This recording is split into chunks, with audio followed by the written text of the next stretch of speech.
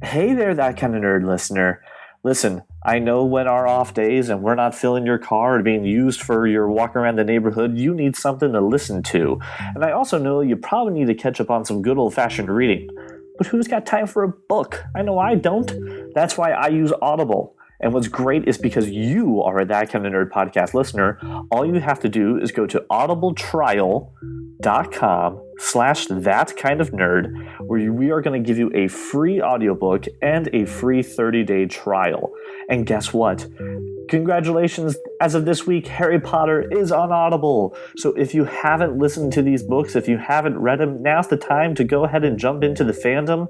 And I know Josh would be ecstatic to have another person to talk about Harry Potter with. So be that person for him. God knows he needs to get it off his chest. So it's very simple. Just go to audibletrial.com/thatkindofnerd. Get your free audiobook and a free 30-day trial. If you don't like the book, let's say you listen to Harry Potter and it's not your cup of tea, you can actually exchange it for another book. And the great news is that you own the books. So at the end of the day, if you decide that you want to go ahead and get another one, you can. And if you decide to cancel your Audible trial, the book is yours. So what have you got to lose? audibletrial.com/thatkindofnerd. I won't keep you any longer. This is going to be a fantastic episode. Welcome aboard. Well, welcome everybody to the show. This week I want to start off with one thing. Today we're recording on the 20th is the premiere of Jessica Jones. We are giving you a full 7 days to get yourself caught up. 7 days. To get yourself caught up before we go ahead and talk about it. Sure, yeah. Except you're not going to die if you don't watch Jessica Jones in 7 days. It's digital, not VHS. I got a wallet. I'm going to drive a car. I like pizza. I like a lot. Dude, if you don't watch Jessica Jones in 7 days, Kristen Ritter crawls out of the screen and beats the shit out of you. Can I just? Which I would happily allow. I was going to say, can I just stop watching then? Is that a problem? So anyway, spoiler free. You'll also just notice that we just had an additional voice chime in, and I'm sure you're all familiar with it. But ladies and gentlemen, our gaming expert Jeff is with us today. Yeah! Well, hello there. A pleasure as always. So we're going to have a great talk. We're going to talk about some things going on in the gaming world, obviously. So let's just get right to it. Jeff, we brought you on board because there was a huge storm of nerdism in the gaming world right now with Fallout. And with some fantastic Star Wars content as well. But I want to start. Did he just start doing like the Matthew McConaughey chant from Wolf of Wall Street? That's what I just heard. Like Jeff went into like a but it was so smooth and smoky that it sounded like McConaughey. All right. I think that copyright price, the royalties for that are out of my price range. So you know that was an ad-libbed moment, right? That's like McConaughey's normal warm-up, and he was just doing it before a scene. Man. And you know what I love about Fallout? It just stays the same age, and I keep on getting older. It's all good. All right. This episode is also brought to you by 3 drunken nerds. Who are you talking about? I'll let you, the listener, figure out who that is. I have not yet begun to drink. Okay, fair enough. Did you all see the stupidity that just happened here? I'm drinking Miller Lite, so that doesn't count. All right, that's not drinking. No, it does not count. That's fasting. He's hydrating, CJ. You're pretty much. It's just a step above bottled water at that point. And a step right below cranberry juice.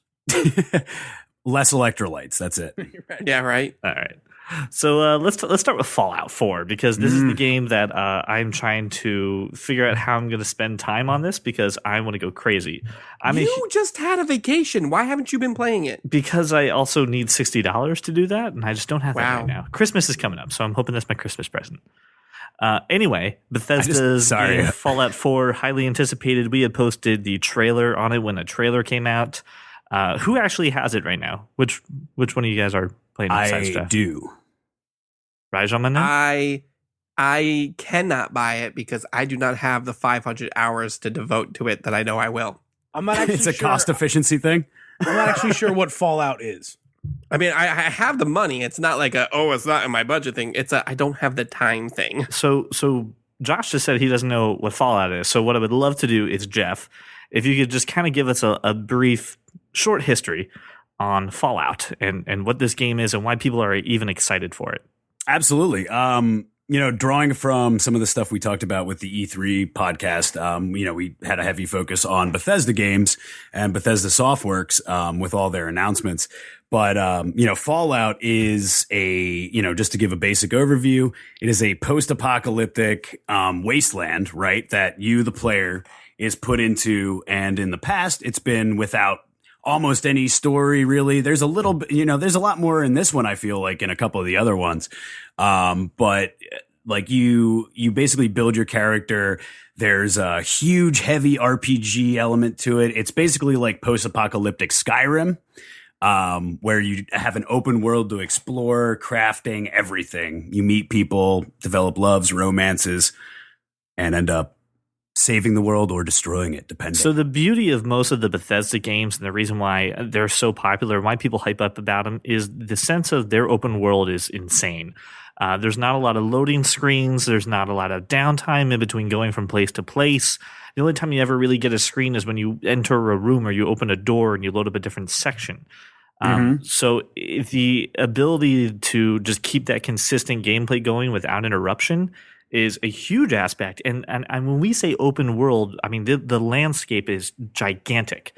Put it into perspective and with the range of field. I'm sorry to cut you off, but let me just say next gen console and of course PC, but next gen consoles really do this game justice. In terms of just the range of vision, I have it at Xbox One, but you can see so far into the whole world that it just makes it that much more immersive. And then the coolest thing and the funny thing is the level of customization you get towards your character, their items, their attire, their weapons. The create a persona, create a face thing is ridiculous. The Chive actually posted some of the most impressive ones that they have seen. And there was this beautiful Hulk Hogan one, the Joker. Someone did Bruce Campbell. The way that you can make your character either female or male and customize them to either look like you or look like someone famous is just awe-inspiring. It's what game developers should strive for when they're doing create a character and also the sense of an open world. It's in my opinion, I would say it's probably one of the most customizable RPGs I've ever played, and I played a bunch. But you actually sculpt individual parts of the face. And you can either do if you're not into customizing, there's preset faces and stuff if you just want to get into the game. But you can actually sculpt individual parts of the face to a degree that has never been seen before. And that's one of the badass things they released at E3. But I'm just happy that they, kept to their guns and actually released it the way that they showed it. So when was the last time a Fallout game came out? When was Fallout 3? Well, New Vegas was the last one. And that was, pardon my thought fart, but I believe, was that 2011? It was, I think, the year before Skyrim came out. 2011. But more importantly, can I make Nigel Thornberry in this? I'm sure if you put the effort and make him just say smashing all the time. You probably could. 2010 was New Vegas. Wow. Yeah. So, you're talking about 2010 release in New Vegas. So it's been a while since Fallout, but they had Skyrim in between there, which, is the Elder Scrolls universe, but really showcased what the potential of the next Fallout could be. And it says something too, that when some of the best modders, the best gamers that have, streams and all this other stuff are continually playing these games that may be older, but you can continually get immersed in it over and over again throughout, 5 years.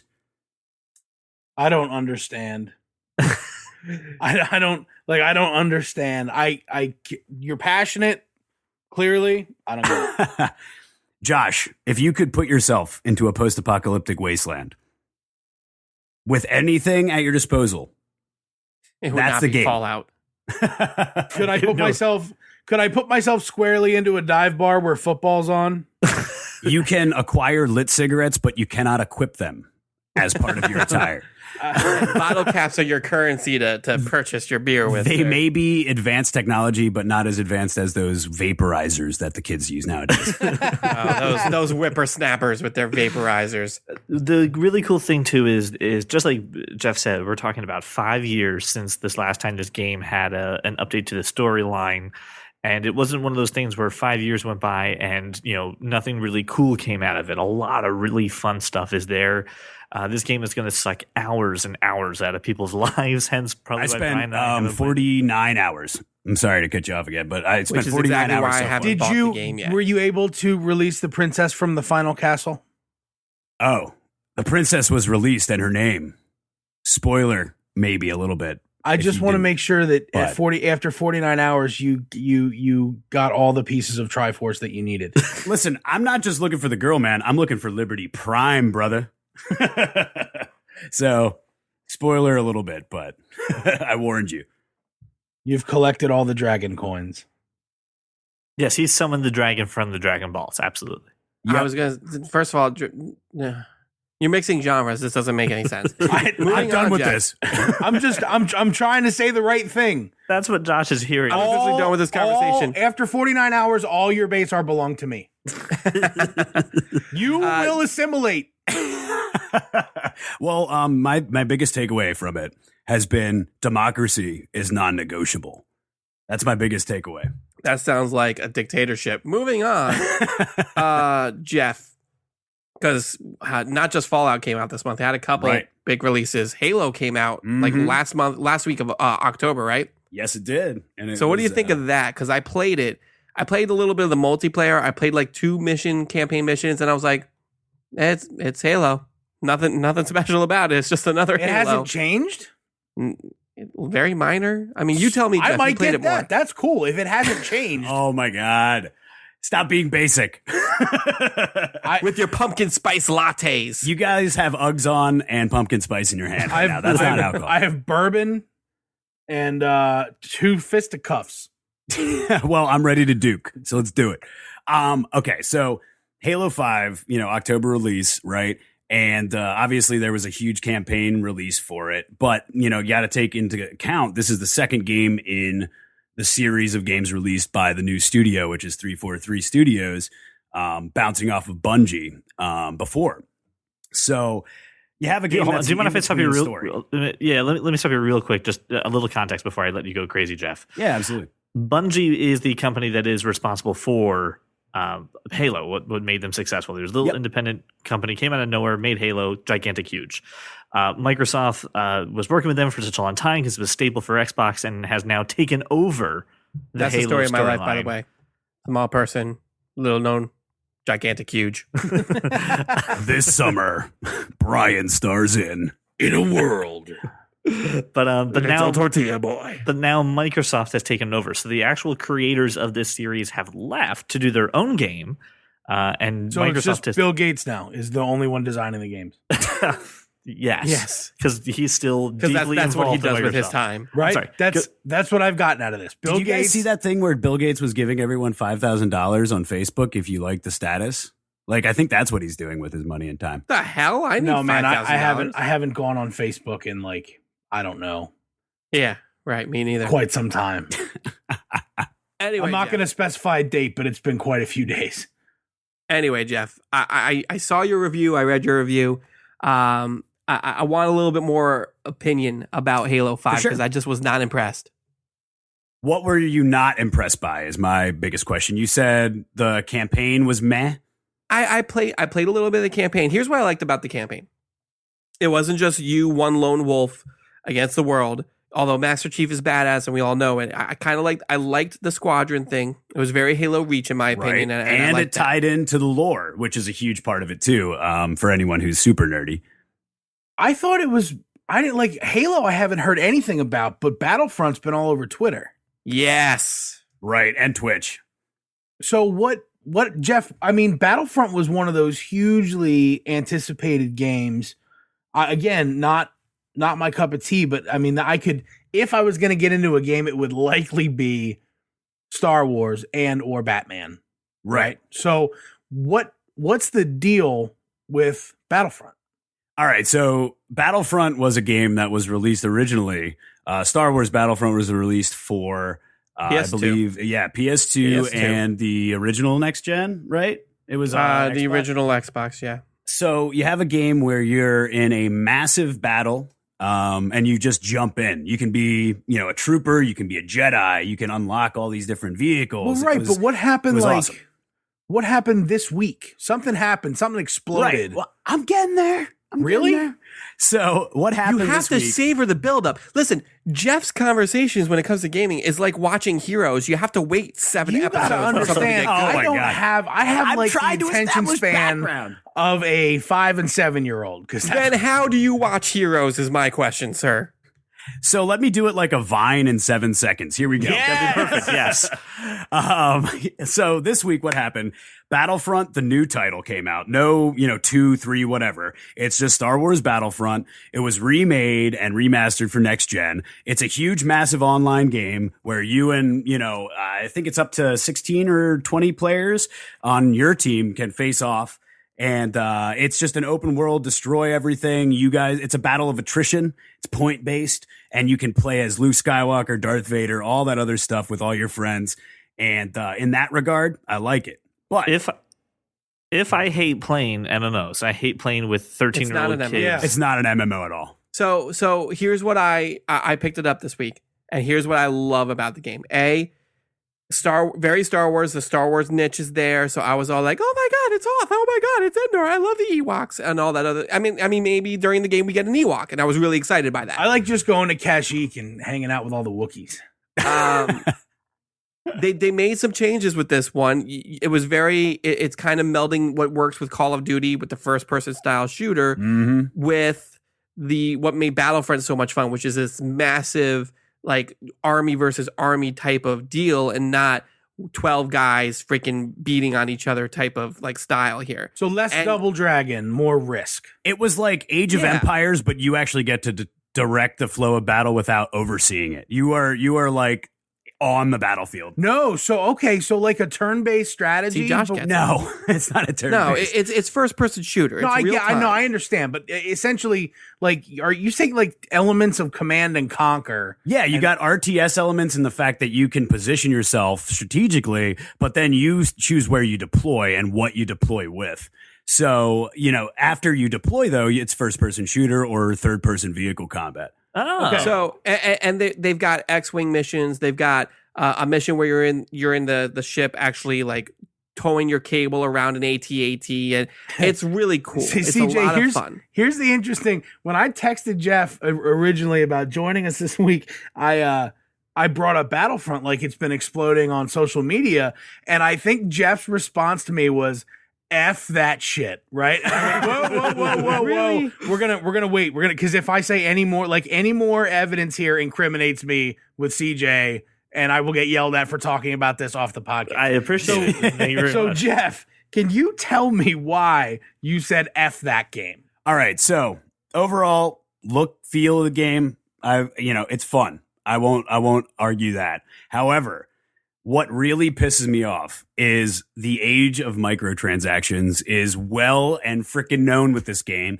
because this is the first game, I believe, ever to have a $50 extra on top of the $60 cost for the game, $50 more all at once to get the DLC pack for the season pass. It's bullshit. Oh gosh, It stop is your crap. bullshit. Whoa. I gotta stop you because Beyonce in had the best days- video of all time. That's why I got to stop you. Yeah, Listen, in the days of fracking Call of Duty, where the season pass, it's like $40, but then there's like 3 other map packs after that cost you another 20. That's or what I'm 30. saying. That's bullshit. And a lot of people, that is bullshit. a lot of which famous. is why I don't understand why you're upset by it. Wait. Why? And wait. So you get all this extra stuff. Does it improve your gameplay? Does it make you better playing the game? It's a lot of cosmetic items. It's a lot of unlocks. maps, it's maps. different stages, Okay. that kind of thing. It's basically asking this stuff because that is. Oh, I'm sorry. I will go. tell you on 2 different platforms, and this is so I'm an advocate for in-app purchasing, right? And I think this is exactly the way gaming needs to go. I think they need to figure out a way to maybe lower the price of the initial purchase and restrict some of that for Exactly. additional- That's my opinion. for additional content. But I will tell you that EA Sports once a year, and I know I'm going to go back to sports because that's what I play. EA Sports once a year drops all of their iOS gaming down to like 99 cents, right? So you go and you grab FIFA for the year at 99 cents, and then you end up spending, you paid $1 for the game, okay? But if you want to build a team and be competitive, especially against your friends or whatever, you're talking about easily $25 in-app purchases just to get going, right? Well, you see, that's not the game, though. That's my opinion. That's not the game. The original purchase is not the actual game. Well, no, but you can't, like, the only thing you can do with the original purchase is just be a poor soccer player. Right. And it's like, basically you're buying a $60 beta edition. Let's just take, let's Battlefront aside. Let's talk about Destiny for just a second. Destiny released in what I would consider the beta phase. There was nothing out there for it. And unless you bought all that extra shit, then you were behind and you could never come back from that. Well, I guess I'm a little less shocked by it because sports gaming has been doing this for years, right? If you wanted to be truly competitive in any of the recent, Madden or any 2K sporting or especially baseball and basketball, you're spending $50-$60 additionally right off the bat. But how much are you talking on iOS or are you talking on? No, now I'm talking about console gaming. So, I mean, you're spending $120 on an average sports game? In Madden, right? If you want to build your own team, the way that you used to do in just plain old franchise mode, if you want to really build a team. With like you playing the game and devoting the time to unlock stuff, right? That's what you're talking about? No. They have this ultimate team builder, at least they did for a few seasons, where you would go onto the EA Sports, whatever, and you would buy packs, right? So you're basically buying packs of cards. Oh, yeah. Okay. I was talking about like in the old Madden. No. So to build a team, to build an ultimate team in one of these sports, especially in FIFA, I mean, you could easily triple your spend from the original game. You could easily spend 180. Yep. See, the problem and I agree with Jeff on some of this and we're getting off into a strange conversation that we may need to come back to later, is that some of these games stepped into the twilight zone. I know. Hold on. Some of these games are making you pay $60 barrier to entry. You've got to spend $60 to just get your foot in the door. And then you have to spend another $30, $40, $50 to get the content. And I'm not talking about it's a year after, it's 2 years after, and you're trying to breathe new life into the game. It's, hey, the game's been out for 3 weeks. That's the game's now. Spend another $50. It's been like that. I don't think that's while. acceptable. That's not acceptable. That's not right. Listen. It's my turn to speak now. So this is the way gaming has become now. And for a game like Battlefront, Call of Duty, it makes sense because there's additional maps, there's additional weapons. It's not like as much as I love Continue. It's not like as much as I love Arkham Knight that a lot of the DLC is, ooh, look at this costume and this skin that you can download, and it's the same game. You're just playing it with a different skin. That's a little troublesome. That's a little worrisome. But when they add new levels, new layers to the gameplay, that's worth it. Especially it is worth it. But then the original game should be half the price. Thank you. Expectation. I agree with you full-heartedly. Having spent $60 on Battlefront, I definitely think I'm just saying this is my argument. It's been my argument for years. This is why console gaming will die, because people would rather play an application-based game and then pay additional for whatever content they want than fork over $60 for the game, $60 in additional content, and then have the limitations that you don't have with app-based purchasing. And here's what I'll say about that. So I will say this. When it comes to Battlefront, I really enjoyed the multiplayer, the battles. So far I'm enjoying everything about the game. I just find its lack of a story mode disturbing.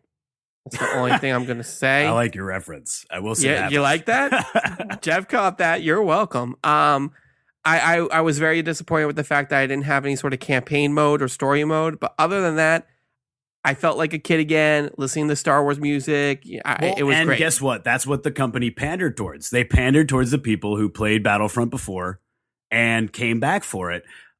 Which, I mean, like I said, I had fun with it. And I guess I can't argue with that, but I'm not spending $110. So hang on, Jeff. So you enjoyed and had fun with the game? The $60 version? Can you just say yes or no? Did you enjoy the game? It's not. Did you enjoy the game? Answer the question. I am angry at the company, but I did enjoy the game. Hey, answer the council's question. Answer the council's question. So your statement of My passion, is my completely passion unfounded. for the game has led to hatred, and Yoda was right the whole time.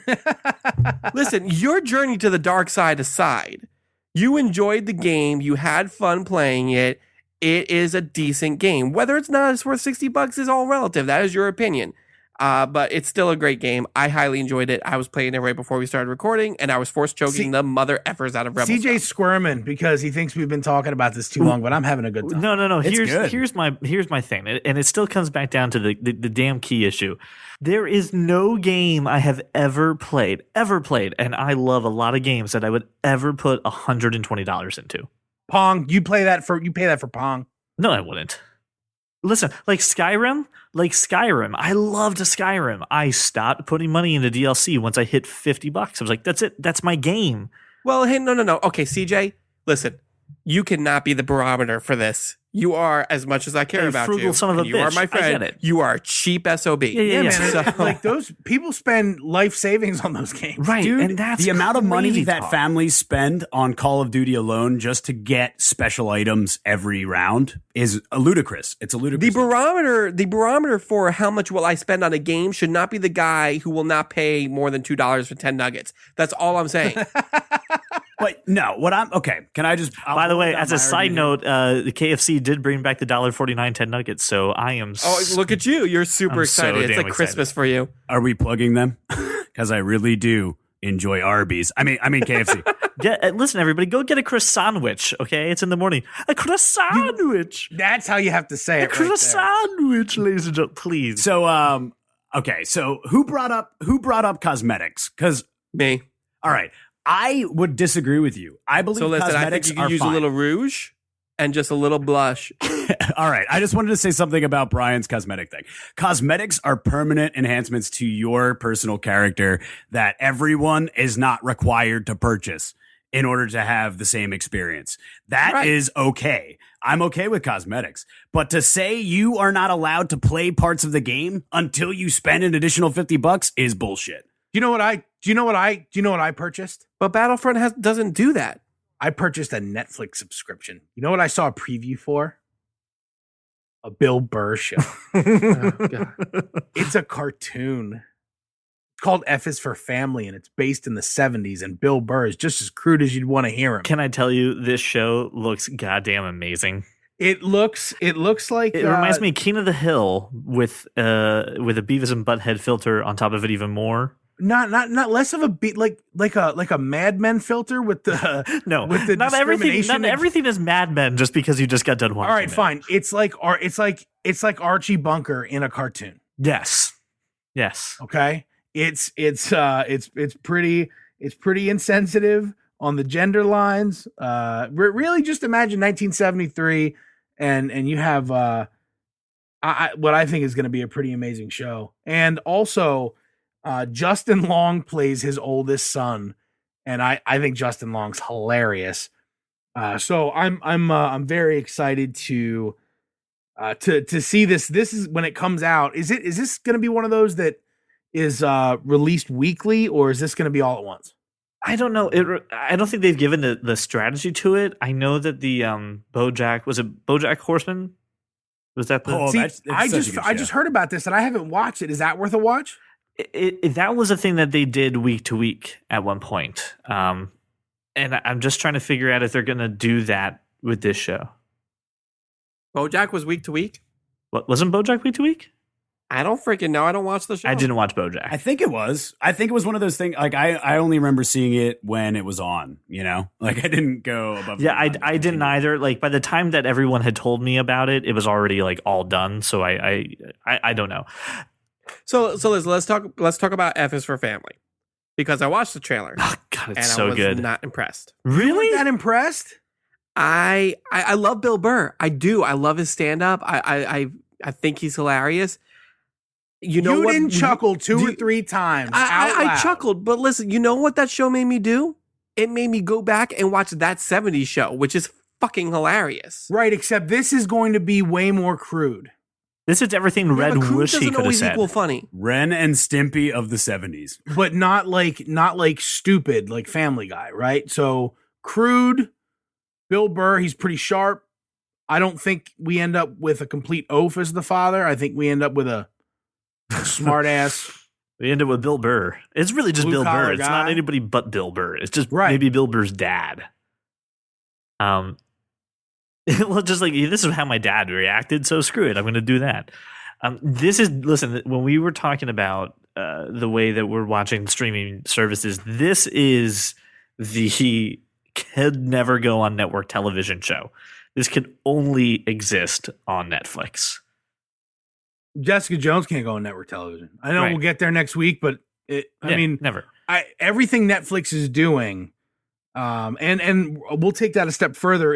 I want to continue this conversation on another path, but everything that we're seeing from the streaming services is what you'd hope, right? Because you can't see it on network, right? So but it's also a step below what you'd see on like HBO or Stars, right? Right? Yes. So you have some restraint where there's not all of the like anything on Showtime or Stars. A lot of those shows follow a pretty consistent formula. Stabby, stabby, stabby, sexy, sexy, stabby. Penny Dreadful. Oh Right, God, that show is awful.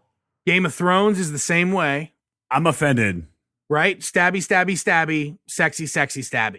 That is not Game of Thrones. That is Game of Thrones. Listen, it absolutely is. At some point in the episode, it's going to be stabby, stabby, stabby, sexy, sexy, stabby, stabby. Yes. Yeah, but that's not the entire show. No, but you're boiling it's down to two things. No, dude. It's a formula, right? Now, it's not like to that degree. It's not that's only true- that, like but that is the True formula Blood, we'll go down. right. It's not True Blood, right? It's not Banshee, and I love True Banshee. Blood was bitey, bitey, bitey, sexy, sexy, sexy. That's all that was. Right, but it's the same formula, right? Oh, I hated True Blood. Don't get me So, wrong. but like, all right, so like Banshee is one of those shows. It's on Cinemax. It's an amazing show, but it's pretty predictable. Shooty, shooty, shooty, fighty, fighty, sexy, sexy. It's always the same, right? So I've grown like sort of tired of that formula, and Netflix and other streaming services are giving us a different formula. They're going in between.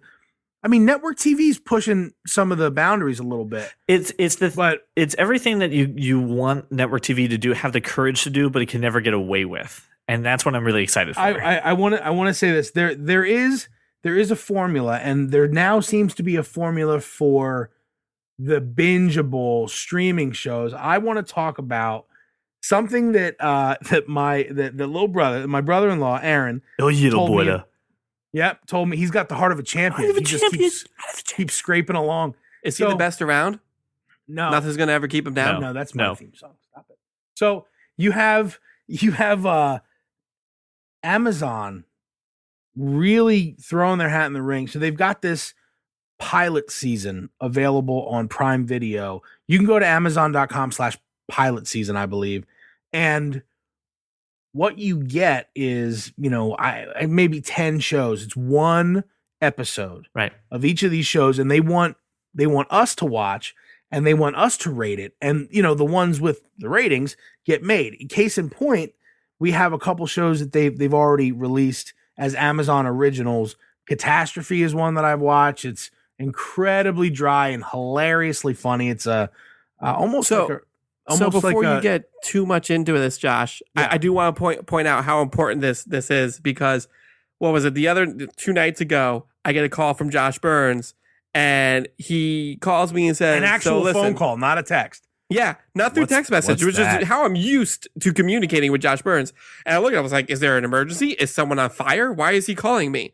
Was there a fire?" Because I'm like waiting for the, hey, there was a fire in the movie theater. I had to grab one of my kids and like freaking. But he calls me and he says a bunch of football jargon that I don't understand. Something about points and scores and units and things were happening. And he's like, "So you can tell how important this is." I'm like, "Yeah, totally." And then he tells me about Amazon Prime TV, which it just so happens that my Amazon Prime just renewed. So I was like, sure, I'll check this out. And I got to tell you, I watched the 3 shows you told me to watch, and there's some pretty decent stuff in there. Right. So, but continue. So I'm going to talk about a couple Amazon originals, right? So Catastrophe is a comedy. You need to watch it. But there was one show made maybe a year ago, aired early 2015 called Sneaky Pete, starring Giovanni Ribisi as a con man.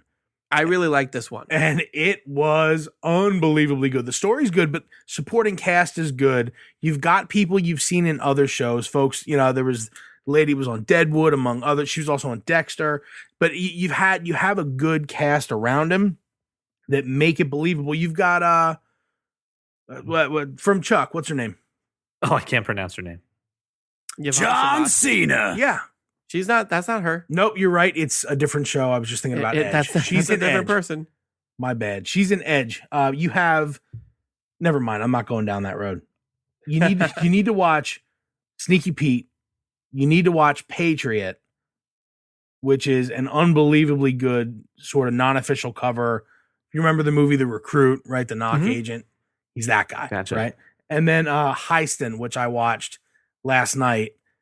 So I watched The Patriot and I watched Sneaky Pete. Yep. I really enjoyed Sneaky Pete. I love Giovanni Ribisi. I think he's a fantastic actor. Patriot, I'm a little on the fence about, although it seemed. I'm gonna spoil it a little bit, CJ. This guy, he's got to do some awful stuff, right? Mm-hmm. And to sort of relieve the pressure, to escape from all the badness, he writes like folk music, and he sits in the park with a guitar and he sings folk songs, right?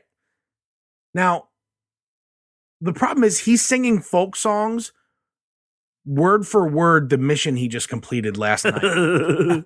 That sounds awesome. And check it out. Every time he picked up a guitar, I was laughing my ass off. That stuff was great. It's the stuff kind of in between that I wasn't sure what wasn't like overly impressed with. Yeah, no, I'm with you.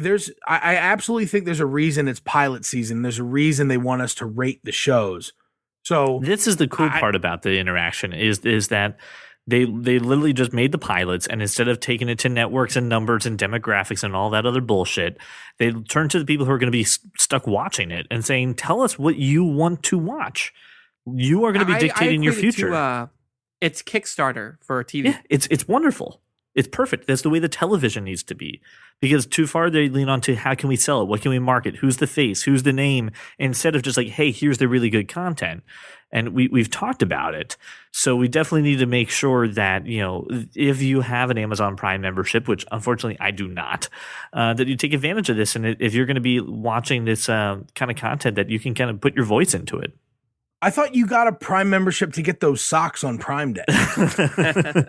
No, it didn't happen. Oh, then they failed. Yes, they did. Are these shows delivered within 2 business days? Or You know what? The last show I want to talk about, I want you to watch the show Heiston. It's a 30 minute, yes, very dark comedy where this kid is, he has imaginary friends that he speaks to, but they're all celebrities. So you've got at one point in his bedroom jamming, you've got this guy on the drums with Flea and Shaquille O'Neal. And I laughed my ass off watching this show. This show was great. And what's even better is that like the other actors, like Chris Parnell and whoever plays the doctor, he's one of those it guys. Like Flea's like in his face, like cursing him, and like he's just got to pretend he's not there. Like, Shaquille O'Neal's not 1,000 feet tall in front of you, but no, he's not there. Like, but Shaq was hilarious. He was fun. He has his own podcast now too. His timing was amazing. Everything, like his facial expressions were very good. Everything was on point, and this show was really fun. Of course, Shaq was great. Shazam was like the pinnacle of acting. How did we not take lessons from this? This was the show that Shazam the Wizard or Genie asked for. You can make fun of it, but when you see this, he did a job. Imagine. No, listen, I can imagine he's got an on-air personality now. I feel like I need to correct you because that's what I do. It is Kazam. Oh, I'm sorry. Not to be confused with Shazam, the DC superhero that will have a movie in 2018. Do you mean Captain Marvel? Because that's how who is also known as Captain Marvel, but because of Marvel, his name is actually Shazam. So Shaquille O'Neal was in Kazam, and I would have to argue that Steel is probably the best Shaquille O'Neal work out there. Nope. Blue chips. Blue chips. Why have do you have you guys seen that episodic drama, The Lakers? I think that was his best work. Oh, what? Wow. I've took it never there. heard of was a so dynasty great. team being referred to more disrespectfully That was so great. than that. Wait, what's better is I'm winning in my fantasy league right now. Oh, your It's my first year. Wait, you're in a fantasy football league? Yeah. Yay, Jeff. Nice. So let me do this. I'm in a Josh. fantasy league in my mind. You gave Brian a list of Prime shows that you would recommend, and I don't think we said them out loud. So what are the Prime shows that need to go on your list? Sneaky Pete, Patriot, Heiston for sure. And then also One Mississippi, which is an incredibly dark comedy starring Tig Notaro, which is really well written. She's fantastic. Mm-hmm. Catastrophe is more couples romantic comedy, but funny as hell. And Edge, which stars a couple B-list actors. That's just like they're really trying to almost make Django Unchained a series. Oh, geez. Why wouldn't you? Django Unchained was Okay. great. Except it's a Civil War. It's very strange. It's very strange. There's but it was one with Christina there was Ricci. a Which lot one of is stuff that? blown up. I don't know, but I think I'm gonna watch it because Christina Ricci. Yeah, exactly. Wednesday. Row. So here's the cool thing to. I don't know, but watch the pilot. So here's the cool thing of note. Even if you are a person like me who does not have a Prime membership, you are not left out of this. You actually can go ahead and watch some episodes of the pilots. I think they restrict the number that they'll let you do, but they'll let you do it. Well, there's only one per. No, and I mean, think you like, I can't watch all the pilots you just listed. I have to pick like four. No, you watch them in the order that I just Yes. So suggested. what I'm saying is that if you liked four of them and you want to watch 5 and 6, you need to get a Prime membership. But they'll let you watch 4 pilots without an Amazon Prime membership. So you for need free to Amazon split a Prime. Prime membership with a family member. Do you have to pay $50 for the DLC? Hey, if you want subtitles and you want something like that, it is an extra $20. Yeah, it's going to per be episode. $19.99 a month, reoccurring. I think they should let you watch all the shows and give you a Fire Phone just to make up for it. Listen, they have another show called The Man in the High Castle. Yes. That's what I hope. I've read about this show. Wait, well, hold on. So we've had 2 episodes, and guess when Amazon Originals chose to release episode 3 and return to the air? No. Today. Oh, that's a Oh. dumb idea. No, it's not, because it's getting traffic. They advertised incredibly well on network television. This show, I'd be willing to bet, is going to be more heavily watched than Jessica Jones today. Wow. Listen, it's insanely good. It's just well written and well acted. It's perfect. And there's a cast of actors who you know, Yes. and who you know have been phenomenally good in other stuff. Mm-hmm. Yeah, that cast list for the show is The insane. Man in the High Castle is insane. And- The scale of this movie, the scale of this show is a movie on a large scale. Like, dare I say, it could be as if they keep it up this way, it could be as compelling as House of Cards. Absolutely. Yep. Absolutely. I think it's a winner. And look, I think Netflix is going to have some competition. They're going to have to step it up. Step it up, really? You heard it here first. Don't get roundhouse Dude, kicked. look, Netflix. step it up, because if Amazon takes Wait, are they off, going to take it to the streets? They might. That's Is it step, go- that's Is it going to be in 3D? That's step up. Listen, And they have the power of Kazam on their side. we're gonna keep certain Channing Tatum things sacred, Like Step Up like step up 1 and 2, because he wasn't in 3 or 4. to the streets. That's a direct sequel to Magic So- Lake. Look, I'm saying that the subscribership on Amazon is insane, right? And if people are subscribing already, and they start noticing that they can get quality stuff, quality entertainment for free in addition to their subscription. It's not really free Then, at the subscription, but okay. Well, you have a Netflix subscription, get you. right? Yeah, yes. Here's the only thing. No, Netflix is how much per month, CJ? $8 if you're old school, 10 if you're new. 10. It's $10 a month. Over 12 months, how much is that? That's $120. Ooh, I know. How much is a Prime membership? $80 a month. I'm sorry, $80 a year. $80 a year. It's $40 less than a Netflix subscription. And if they start providing quality entertainment on par, it's a dangerous thing. I think Netflix. I see. Here's the thing, though. Here it is.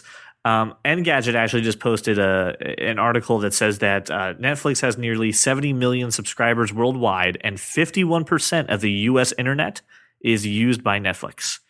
51% of the traffic that we do online is Netflix. That's crazy that. talk. I understand that. I mean, that makes sense. But I mean, Amazon's going to not only have to step up, they're going to have to jump a few times, and they're going to have to punt some people. Yeah, here's the thing I have to say in response to that, Josh, is that I would not have. I have an Amazon Prime membership. I would not have known anything about this unless you told me. And I log on to Amazon on a daily basis and tool around and find geek crap. And there's no advertisement. There's nothing that draws me into, hey, guess what else we have that you can stream on your devices? I didn't even know I could download it on my PlayStation until last night. I'm not freaking joking. So that's the problem. There's no exposure. There's no advertising there. I get it. I'm not saying they are a competitor now. I'm saying that it's going to be something in the future that Netflix should plan for. If Netflix thinks that they're just going to be top dog forever, they're sadly mistaken. And you really hope that someone in the Netflix world is looking at Amazon Prime going, hey, we really need to make sure that House of Cards doesn't topple over. We need to make sure that Jessica Jones keeps everything going. What happens if Amazon buys Hulu? Is that something that might happen? No. I'm just saying. At that point, what happens if rabbits start flying? I don't know. No. I don't think it's out of the ballpark. Think about though. this. That sounds legit. They have the funds definitely. In Not only do they have the funds, but they. there's a niche that Hulu has that Netflix doesn't and can reach more people. I'm saying, what happens if a huge mammoth company like Amazon buys Hulu? Then what? Well, I mean, what difference does that make? I think here's the problem. Here's the issue with Hulu. Let me answer the question of this strategy. So here's my answer to this. Hulu's content, right? Because we talked about this. They lost Epics a few weeks ago. I mean, they just gained Epics a few weeks ago. Is always in this constant up and down of agreements. Okay. So what if Amazon strikes a deal with the cable providers just to deliver network television a la carte? I agree. The possibility for that is huge. The thing is, this is, in my idea, it's kind of like putting a bill through Congress. It starts off as one thing and then ends as another with all these amendments and everything that's I don't want you to ever discuss parliamentary procedure again. Democracy is non-negotiable. The chair hasn't recognized it. I have not yield the floor to you, sir. So I would appreciate it. Can I start a filibuster? I'm going to start reading from The Hobbit. Listen, it starts one way and gets another. I think it'd be great, and if that happens, yeah, Netflix is screwed. But come on, you got to make sure it's too broad. I don't think your Netflix will ever be screwed. Premature. I think not. I think you have to consider Netflix has had a monopoly on this for so long that all of these other people are getting into it, and the ones that are going to survive it are going to be the ones with the most money. And Amazon is one of them. Everything started off with, let's just get the shows everyone watches and let's go put them on there so you can start consuming them. And then Netflix said, listen, this model isn't working out for us the way that it's supposed to be. Let's create original content. And now everyone's creating original content. Being first obviously doesn't make sure that, doesn't make you immortal, but it definitely makes sure that you know what the trend is going to be like. You know what's happening. If you know, at least, at the very least, you know that if you're not first, you're last. Yeah. But then sometimes second's okay and third. Also, I am the first YouTube comment. All right. So we've gone on. I think this is a debate we can absolutely take in a better direction once we've done some more research. But for now, I want to talk about something that I'm not going to say pains me because I think it's an amazing addition. But I will say this is a topic I'm not crazy about, but there's an actor who just got cast in a show that I don't want to talk about. Say it. So I read all over the interwebs that Jeffrey Dean Morgan has been cast in The Walking Dead as some big character. Negan, is that right?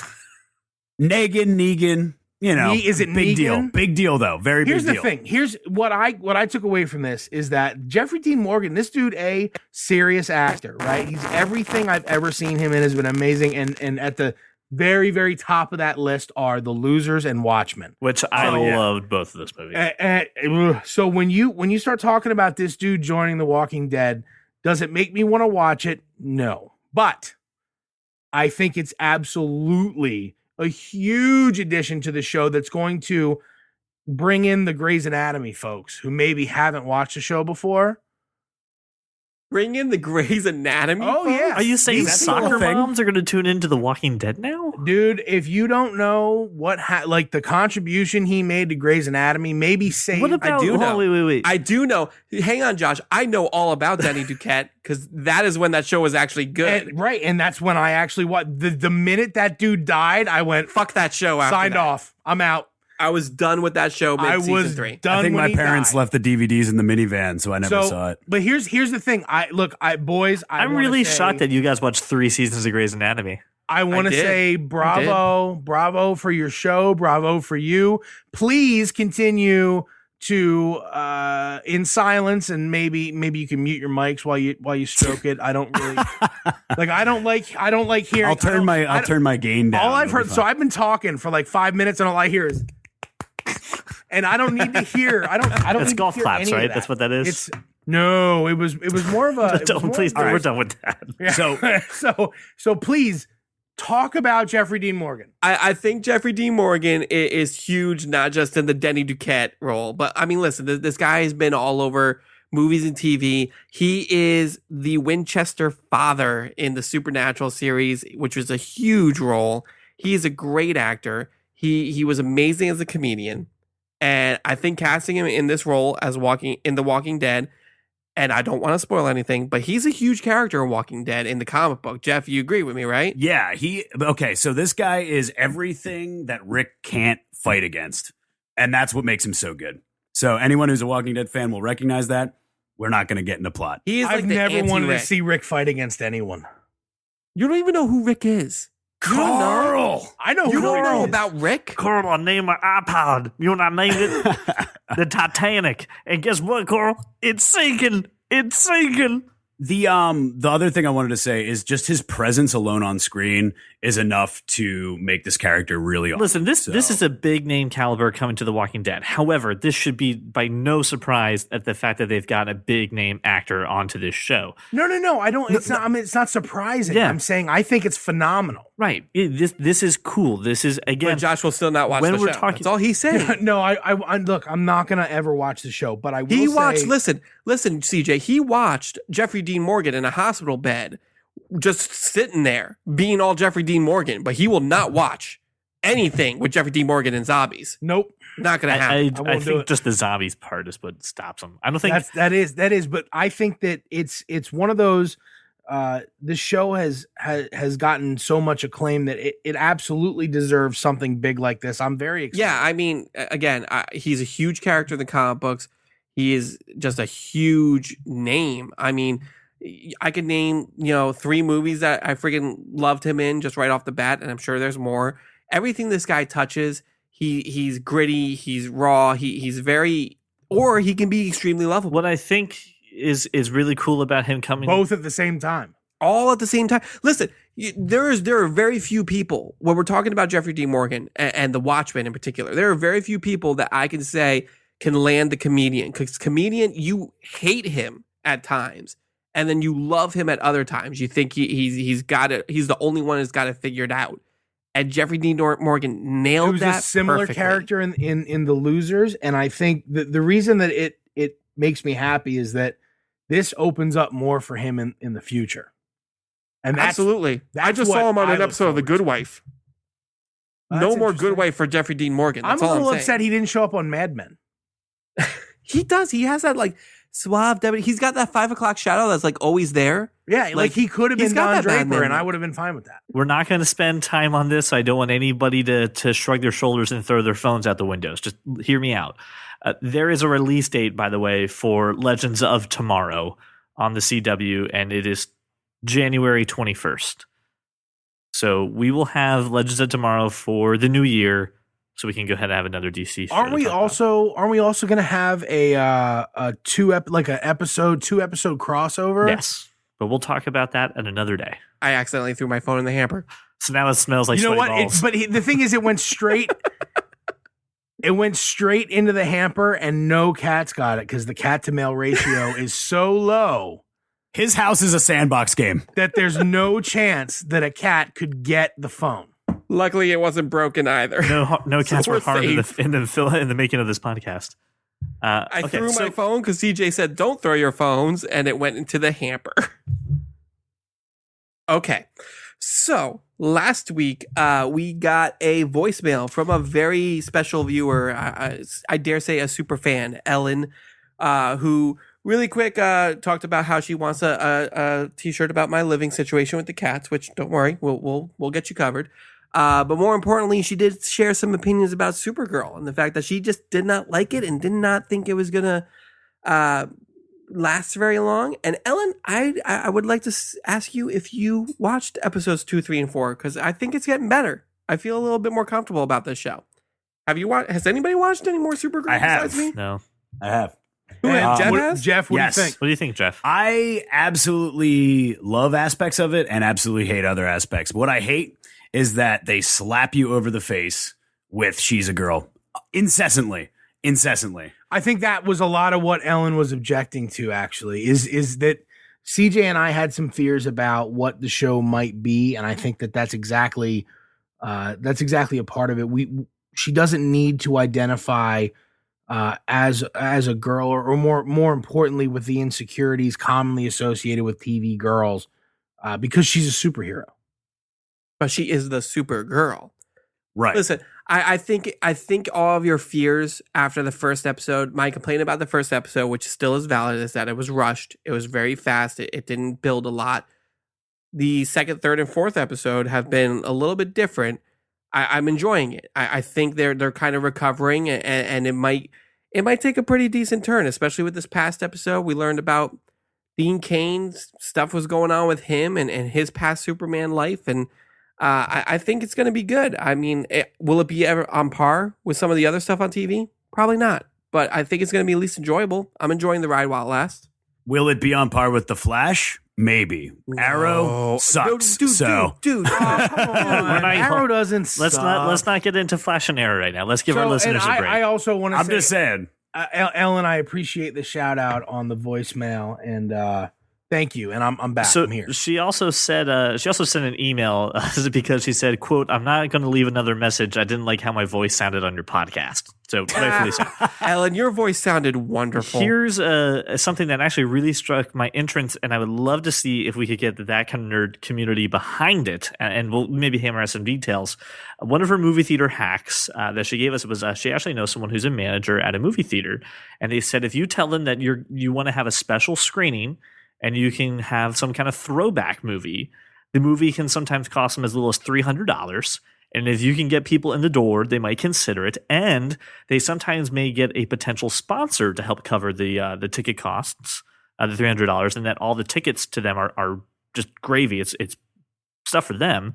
So maybe if we can get that kind of nerd community together to do a good old throwback movie, not like Back to the Future, but something that's kind of in the B/C rating, we can maybe Like Pulp Fiction, Princess Bride. Listen. Start sending the suggestions. Let's find out. Let's see if we get a TKO night at the movies with our fans. like Reservoir Dogs. I want to screen. Now stick with me here. The Mummy 1. Just the first one. Brandon Fraser. Yes. I'm behind That's it. great. I'm behind so it. good. I'm behind so it. much fun. So here's what I need from you guys. Here's what I need from you, the fans. Wait. See, here's the thing though. That's only a movie hack if you make friends with your movie manager, right? And the only way that you get the ticket sponsored is if you promise not to bring fucking chicken Caesar I will salads. not bring a Buffalo Whiskey Right, River because wrap they into it. No, that's live true. on the Legit. concessions. Yes. Listen, Josh, I don't know what you're talking about. I've never brought Chinese We've food into clearly a movie theater. said Listen, that we've never done it. I am ashamed, right? Because I have never, not ever, not once in my life brought outside food into a theater because it's shameful. It is. Now, That's why we said it's never happened. Do we have the shame sound effect from Game of Thrones? Just as the bell rings. shame. So here's what I'm scared of if we do something like this. I'm scared that we're going to get everybody's going to be like, hey, Brian, we're going to screen The Mummy or we're going to screen Back to the Future 1 because you know how much you love that movie. And then I'm going to sit down in the theater and because Josh and his wonderful wife, Laura, who left a post on my Facebook, will just screen nothing but Yo Gabba Gabba. And they'll just tie me to a chair and I can't move. Well, what's gonna happen is that we're gonna screen the Mummy, right? Except we're gonna have Tyler Durden put like Subliminal Yo Gabba Gabba in every single possible real This change, shit so is that terrifying. it's just planted in your brain. So this can happen at the Colonial Theater in Collegeville. So here's what we need. We need two things. We need some movie suggestions, and then we need some soft numbers. So I will actually go ahead and start getting this rolling. What's funny is every time there's one of those throwback cult classic movies on Twitter. I mean, and this is going back years now. Craig will tap me. He will absolutely like flag me on Twitter and be like, "Yo, Point Break is on AMC right now." Yes, right. I was just about to say that. Or like, he'll be like at JNubs572 Major League on Stars right now. Oh, so right. good. So we go back and forth. Me and Craig go back. We've been going back and forth probably for a couple years, 3 years now, about these movies, specifically stuff like Major League, Point Break, those cult following, awesome throwback movies. I think we should do one that CJ's never seen, like Free Jack or The Wraith. No, there's no way CJ's ever seen Major League. I've seen Major League. I don't believe you. Charlie Sheen is Wild Thing. It's hilarious. It's awesome. What about what? Jurassic Park? No, Is that- I think we're probably gonna have trouble with the licensing. And listen, if we would do Jurassic Park, we need to give drive-in. CJ the full experience of just like throwing We need to water get a on him in the rain. You go to a That's drive-in. what we need to do. I will hire all of my cousins to come, and they can lay with you in a frickin' backseat of a station wagon. It would be perfect. hired family for CJ to have the experience. It's a little odd. You gotta. I'm gonna have an 8-year-old vomit on you just so that everything's okay. Christian will be 8 by then. I'll just feed him way too much concessions and let him throw up on your shoes. Oh god. I could see you, Josh, as the badass concession guy, though. Like, man, look, I was the guy in the You gotta give me that. I totally lost that sort of outdoor seating area there, just like scamming on the chicks my age. Oh, yeah. The whole time. You're like Matthew McConaughey in Dazed and Confused. No, dude, because I was the same age as they were. I didn't get older and they stayed the same age, you see. both of us had parents that brought us there, right? We were both the same age. That's all I'm saying. that's the funny part of living in a college town. Jeff actually does get older while they stay the same age. Jeff spends way too much time at the Trap Tavern. There's no Besides way.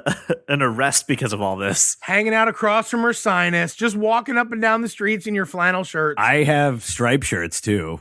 All right? But I wear flannels over them. All right, so here's what we need you, the fans, to do. If this is actually something you want to do, you want to come join us at the movies. We want to maybe get this in motion. Ellen, I think this is a great movie hack, and I think it'd be so cool to do something like this. And maybe we can see if we can get the proceeds to go towards a charity or something to help some people out as well. So here's what I need from you guys. I need thoughts and suggestions. So hit us up on Twitter at That Kind of Nerd, or on Facebook. Just search That Kind of Nerd. You'll find us. Also, you can leave your voicemail on our phone number, so you can go ahead and we can put it onto the air as well, like we did for Ellen the first time. It is 484-373-4119. Again, that's 484-373-4119. So here it is, guys. I would love to get Jeff, since you don't join us very frequently. I still want to make sure that we give gaming the spotlight it deserves. Jeff's article of Halo is on our website, so you can go ahead and read his opinion. You're working on a Fallout one as well, right? Yeah, I'm going to do, there's BlizzCon coming, there's Fallout, and also there's one more, but I can't remember, but it's going to be there. More importantly, Jeff, if we could rent a theater and play some Battlefront in it, I'd be down for that. Yep. Just Yep. saying. I agree. So May the force be with you. So Jeff's got some good stuff coming down the gaming pipe. Please make sure to check out thatkindofnerd.com to see some of Jeff's work. It's amazing. Go read it. It's phenomenal. Jeff, of the games that we And when you read Jeff's articles, I want you to read it in his sultry. Yeah, you dulcet have to read tones. it in his voice. Yes. Yes. You have to read it in his voice. I do apologize. I misspelled aesthetics. Well, we So just if anyone wants so to you're edit gonna that. you're gonna edit it tonight. It's not gonna happen. It's gone. You've never misspelled it. All right, so Anyway. so Jeff, of the games that we talked about today, we talked about Fallout, we talked about Battlefront, we talked about some other things in there too. What is the game that I should go out and go spend $60 on? Go. What's the game I should? All right. Super Mario Brothers All for right. the NES. So, if you are a fan of the Halo series, buy Halo. If you are a fan of RPGs, buy Fallout. If you like just playing with your friends, buy Star Wars, but not the freaking DLC. Not yet. Not until you know what it's about. Jeff just pulled a CJ and said, "I'm not going to give you an answer. I'm He just really going to." did. He really did. I'm just All going right. to say, You want to know my full Buy all of answer? them. Yes, It's I Fallout, have because $60 to spend includes- this holiday to buy a game. What am I buying? All right. So $60 if you buy Fallout, it gets you a first-person experience, it gets you a third-person experience, it gets you a third-person armor suit experience, and a giant world to explore in. Can it get me a second person experience as well? yes, and you can also get the fourth and fifth. Can I just stand behind you, Jeff, and tell you what to do? That's the Honestly, if that fourth-person was a thing, experience. if it had multiplayer, I would say all hands down, just buy Fallout. That's all you need. Listen, the fourth person experience is free. You just drive to Jeff's house and watch him play. I'm going to mind control him David Tennant style and make him do the things in the game that I want him to I do. am okay with that. All right. So, one last thing about gaming. Overwatch beta has been sent out. Emails will be in your inbox if you got accepted to it, but it looks great. It's a Team Fortress, but made by Blizzard. Boom. Do it if you got it. All right, everybody. So that's the show. I want to thank you guys so much for taking the time to listen to us. Thank you so much for making us your walk around the neighborhood or your drive to work. Again, please send us your suggestions as to what movies we should try to go ahead and get a screening for, so we can go ahead and have that kind of nerd night at the movies. Definitely want to have you guys involved. Continue to share your thoughts and feelings about our podcast, your nerdy life, by calling our Google Voice hotline. Again, anyone who leaves a message is entered in for a t-shirt that says the cat to mail ratio is very low. Again, that number is 484-373-4119. Again, that's 484-373-4119. Just for all the listeners out there, expect next week to be a Jessica Jones episode, so we can go ahead and talk about this show. So please get caught up, so that way we do not spoil you for next week. Thank you so much for listening to the Dak and Nerd podcast. Have a great day.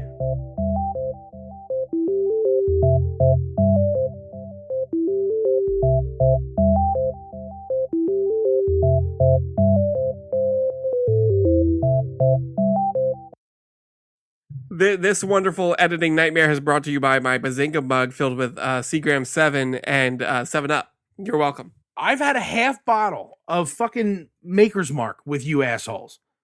You guys are vibrating my crotch. I'm sorry. No. I want to continue vibrating your crotch. Keep that phone there, sir. I threw my phone because CJ said, don't throw your phones, and it went into the hamper. That's the story of my life, by the way. Small person, little known, gigantic, huge. Right? Stabby, stabby, stabby. Sexy, sexy, stabby. True Blood was bitey, bitey, bitey, sexy, sexy, sexy. That's all that was. You can't end the show until you be like, hey, thanks for making us your walk around the neighborhood or your drive to work. And We're not done till the station cuts us off. Oh, look at that.